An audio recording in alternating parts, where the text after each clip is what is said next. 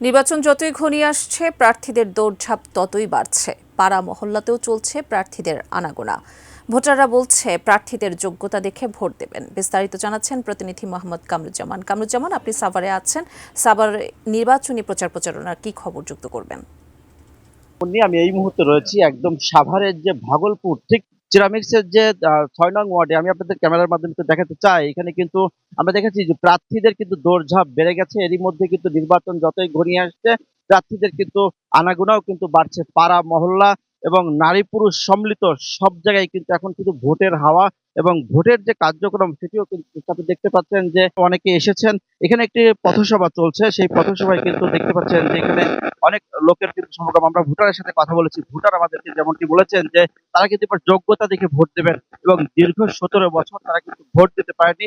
সেই আকাঙ্ক্ষিত ভোট তারা এবার করবেন। আমরা একটু কথা বলতে চাই। এখানে একজন আ এখানকার যিনি নেতৃত্ব দিচ্ছেন তার সাথে একটু কথা বলতে চাই। কি অবস্থা আসলে নির্বাচন কেমন চলছে? কোনো আপনাদের বাধা রয়েছে কিনা?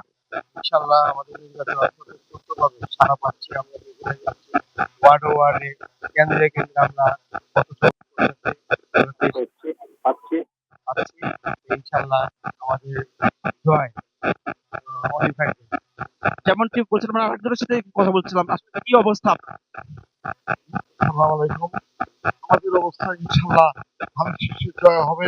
সুষ্ঠুভাবে সবাই ভোট দিতে আসবে এই এলাকার মানুষ এবং সাভার পৌরসভায় এবং সাভার আসলে গণমানুষের নেতা ডাক্তার সালাউদ্দিন বাবু ইনশাআল্লাহ ধানের শীষ জয় হবে ইনশাআল্লাহ।